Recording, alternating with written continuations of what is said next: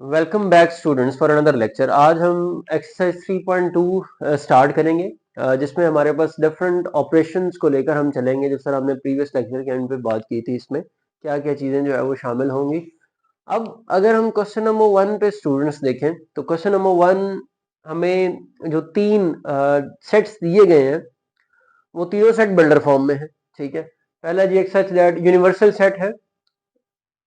Class 8 में universal set के ऊपर डिटेल डिस्कशन की जाती है कि एक ऐसा सेट होता है जो अपने अलावा बाकी तमाम सेट के एलिमेंट्स को कंटेन करता है। इन शॉर्ट, ये एक ऐसा सुपर सेट होता है। जिस तरह हम पूरे यूनिवर्स की बात करते हैं तो बाकी प्लैनेट्स के जितने भी एलिमेंट्स हैं वो अल्टीमेटली इस यूनिवर्स का हिस्सा है। ठीक है, उसी तरह यहाँ पे यूनिवर्सल सेट भी एक ऐसा सेट है जिसके अंदर ये जो दो सेट होते हैं इसके एलिमेंट्स कंटेन होते हैं। अच्छा, ये सबसे बड़ा सेट होता है, सुपर सेट है। तो जितनी डोमेन इस सेट की होगी उतनी ही डोमेन इन दोनों की भी होगी। मतलब ये उसी नंबर्स के दरमियान ही रहेंगे, उससे ज्यादा नहीं हो सकते। ठीक है, जिस तरह अगर हम बात करें तो यूनिवर्सल सेट स्टूडेंट्स ने कहा एक such that x is a multiple of 2 and x is greater than 0 and less than equal to 30, यानी कि ये 0 से लेकर 30 तक नंबर्स हैं और सारे इवन नंबर्स होंगे।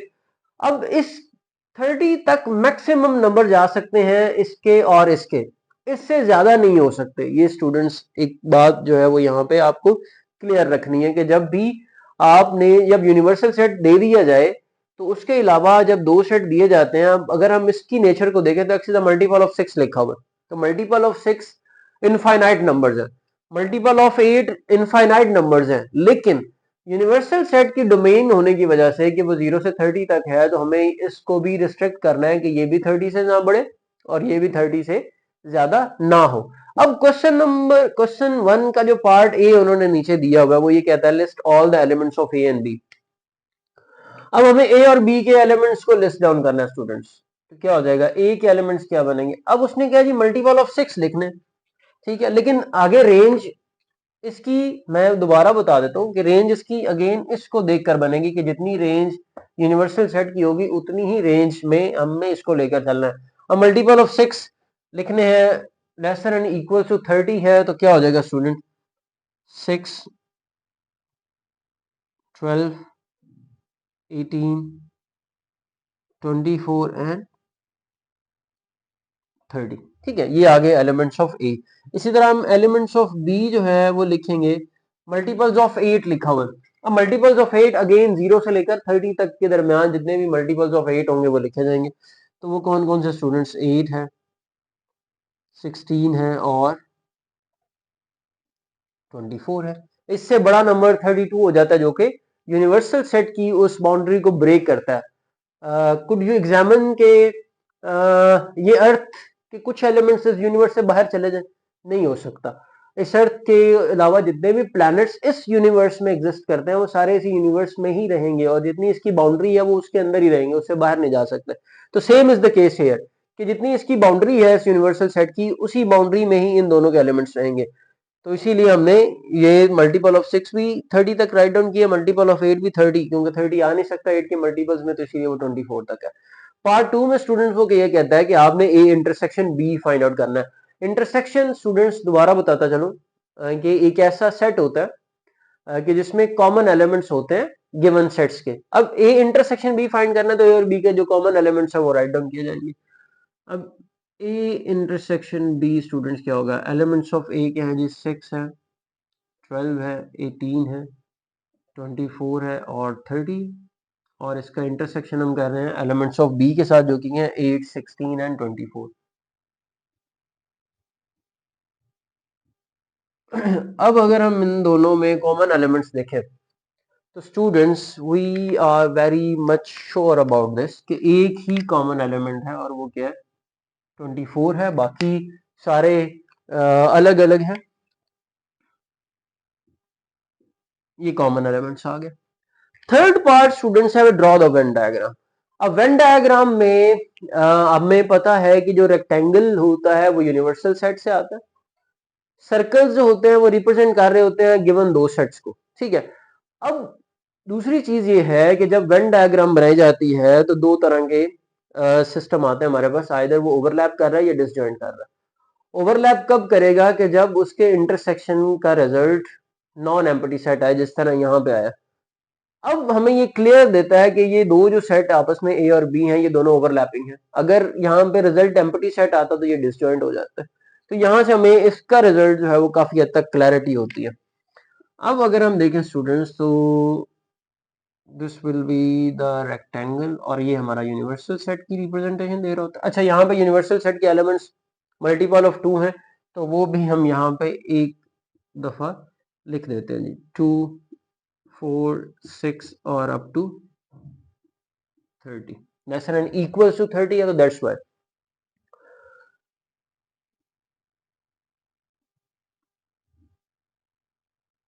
इनमें से एक सेट स्टूडेंट्स ए हो जाएगा और एक आपके पास बी हो जाएगा। ठीक है, अब ये जो रीजन है we know that this is the overlapping region और यहाँ पे वो एलिमेंट आएगा जो ए और बी का कॉमन है। तो वो क्या है जी स्टूडेंट्स, वो 24 है, वो ये आ जाएगा। बाकी क्या रह जाएगा, यहाँ पे ए में 6 रह गया, 12 रह गया, 18 रह गया और 30 रह गया। बी में क्या रह गया, 8 और 16। अब इन सब के अलावा ए और बी में जो एलिमेंट्स राइट डाउन कर दिए गए हैं, इनके अलावा यूनिवर्सल सेट के जो एलिमेंट्स रहेंगे वो बाहर रेक्टेंगुलर रीजन में आ जाएंगे। अल्टीमेटली ये जो दो सर्कल्स हैं ये इसी यूनिवर्सल सेट का ही हिस्सा है, पड़े इसी के अंदर हुए हैं, लेकिन स्पेसिफिक नंबर जो ए और बी के थे वो उन सर्कल्स में आ गए, बाकी सारे बाहर आ जाएंगे। और वो कौन कौन से हैं जी, 2 है, 4 है, 6 आ गया स्टूडेंट्स, 8 भी आ गया, 10 है, 12 आ गया, 14 नहीं लिखा हुआ, 16 आ गया, 18 लिखा हुआ है, 20 रह गया। ठीक है, 22 है स्टूडेंट्स, 26 है और 28 है। ठीक है, इसी तरह 30 ऑलरेडी यहाँ पे एग्जिस्ट कर रहा है। तो ये है स्टूडेंट्स क्वेश्चन नंबर 1। आगे चलते हैं स्टूडेंट्स, क्वेश्चन नंबर 2 जो है जी स्टूडेंट्स, क्वेश्चन नंबर 2 है, हमें 3 सेट अगेन गिवन है। u गिवन है x such that x is an integer and x is greater than 0 and lesser than equals to 150, यानी कि 0 से लेकर 150 तक नंबर्स हैं और सारे इंटीजर्स हैं। जी है वो ये कह रहा है such that x is equal to 2 raise to power m for integer m। अब m यहाँ पे पावर में एक इंटीजर है और 2 रेज़ टू पावर m के हमने नंबर्स राइट डाउन करने हैं। आगे वो कह रहा है m is greater and equal to 0 and less than equal to 12। फिर वो कह रहा है such that x is a square. अब यहाँ पे x इज अ स्क्वायर लिखा हुआ है। अब स्क्वायर नंबर्स जितने भी हैं वो सारे इनफाइनाइट हैं, लेकिन प्रीवियस क्वेश्चन की तरह के जितने भी हमने स्क्वायर्स लिखने हैं वो इसी रेंज में होने चाहिए, 0 से लेकर 150 तक। फिर यहाँ पे students 2 raise to power m में जब हम 0 से लेकर 12 तक नंबर लिखते हैं तो वो नंबर बहुत बड़ा हो जाता है, वो अराउंड 8192 तक जाएगा। लेकिन क्योंकि हमें उसने कहा है कि यूनिवर्सल सेट में हमें रिस्ट्रिक्ट करता है वो 0 से 150 तक, तो हम जब 2 के मल्टीपल्स राइट डाउन करेंगे या 2 की पावर में इंडेक्स फॉर्मेशन में राइट डाउन करेंगे तो वो हमारे पास इस रेंज में होने चाहिए। ठीक है, अब स्टूडेंट्स यहाँ पे अगर हम बात करें तो जी के एलिमेंट्स क्या बनेंगे। सबसे पहले यहाँ पे 0 लिखें, 2 raise to power 0, any number raise to power 0 1 आ जाएगा, 2 रेज़ टू पावर 1 2 आ जाएगा, 2 रेज़ टू पावर 2 4 आ जाएगा, 2 रेज़ टू पावर 3 8 आ जाएगा स्टूडेंट्स, 2 रेज़ टू पावर 4 16 आ जाएगा, फिर 2 5 32 आ जाएगा, 2 रेज़ टू पावर 6 64 आ जाएगा, 2 रेज़ टू पावर 7 128 आएगा। अब इससे आगे अगर हम देखें स्टूडेंट, 2 रेज़ टू पावर 7 से आगे 2 रेज़ टू पावर 8 आता है। 2 रेज़ टू पावर 8 256 देता है जो कि 150 से बड़ा हो जाएगा और वो यूनिवर्सल सेट से बाहर हो जाएगा। अब यहाँ पे बड़ी केयरफुली आपने इस चीज पे नजर रखनी है कि नंबर इससे बड़ा नहीं होना चाहिए 150 से। स्टूडेंट ये मिस्टेक कर सकते हैं कि वो 12 तक नंबर फाइंड आउट करें और वो फिर क्या हो जाएगा कि आपका जो जी सेट है वो यूनिवर्सल सेट से बड़ा हो जाएगा, जो कि पॉसिबल नहीं होता फॉर द गिवन क्वेश्चन।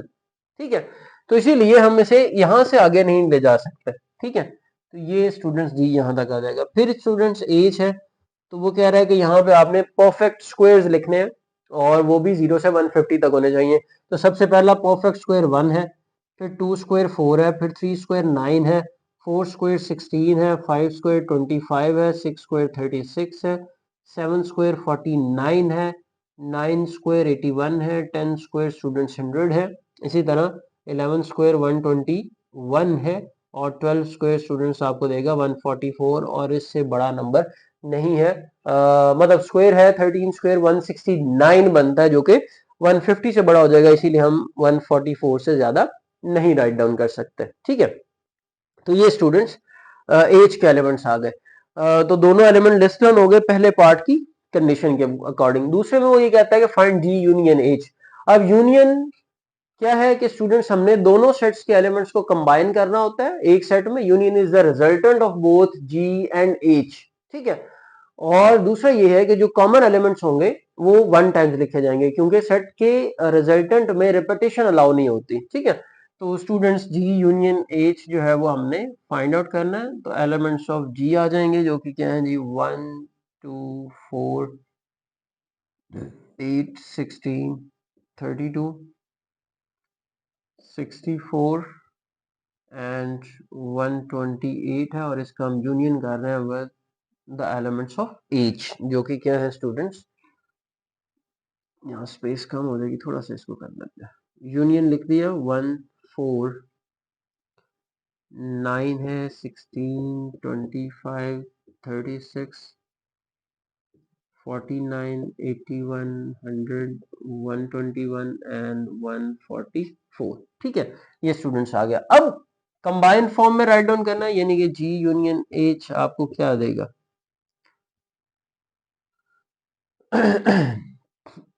1 दो दफा वन टाइम आ जाएगा, 2 4 8 9 16 25 32 49 64 81 100 100 के बाद स्टूडेंट्स 121 है, फिर 128 है और लास्ट में 144 है।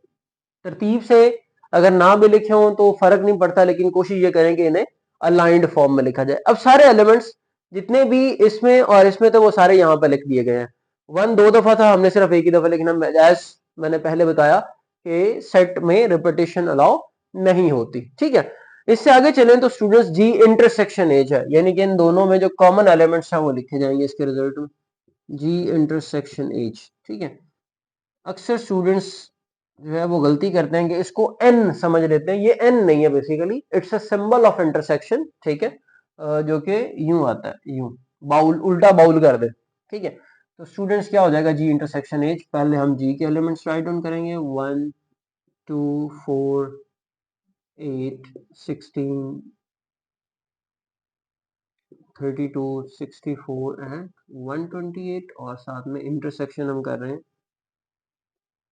1 4 9 16 25 49 81 100 121 एंड 144। ठीक है, अब स्टूडेंट्स इंटरसेक्शन का रिजल्ट क्या रहेगा आपके पास, यानी कि जी इंटरसेक्शन एच जो है वो क्या आएगा, the common elements of G and H. Common elements कौन कौन से बनेंगे, सबसे पहले तो 1 है वो आ जाएगा, फिर 4 दोनों में कॉमन है स्टूडेंट्स वो आ जाएगा, 16 दोनों में कॉमन है वो आ जाएगा। ठीक है, एंड वी हैव,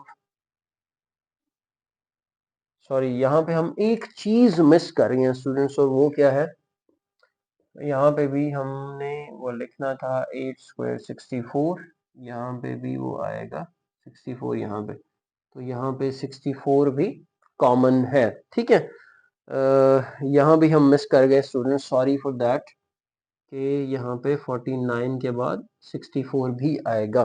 ठीक है, तो ये सारे जो है वो इंटरसेक्शन का रिजल्ट देंगे, और these are the common elements of G and H. ठीक है, आगे जी स्टूडेंट्स क्वेश्चन नंबर 3 है हमारे पास। हमें दो सेट अगेन गिवन है, हमें एक सेट गिवन है set of P, set of prime numbers given है, और रेंज वो क्या कह रहा है, x should be greater than 0 and lesser and equal to 20, और दूसरा वही कह रहा है कि x such that x is the divisor of 210, और उसमें भी वो रेंज यही दे रहा है कि 0 से 20 के दरमियान जितने भी डिवाइजर बनते हैं 210 के वो आपने राइट डाउन करना है। अब क्वेश्चन में तो है कि हमें सिर्फ पी इंटरसेक्शन क्यू और पी यूनियन क्यू जो है वो फाइंड आउट करना है, लेकिन आसानी के लिए हम क्या करते हैं, इन दोनों के एलिमेंट्स को लिस्ट डाउन करते हैं पहले। ठीक है, तो स्टूडेंट्स एलिमेंट्स ऑफ पी क्या बनेंगे, सेट ऑफ प्राइम नंबर्स। ठीक है, 2 है 3 है 5 भी प्राइम है 5 है, 7 है, 11 प्राइम आता है, 13 आता है, 17 है और 19 है फ्रॉम 0 टू 20। ठीक है, फिर इसी तरह Q के एलिमेंट्स जो डिवाइजर हैं 210 के, अब देखें 1 डिवाइड कर सकता है 210 को, डेफिनेटली 2 पे डिविजिबल है। ठीक है, 3 पे भी डिविजिबल है स्टूडेंट्स ये।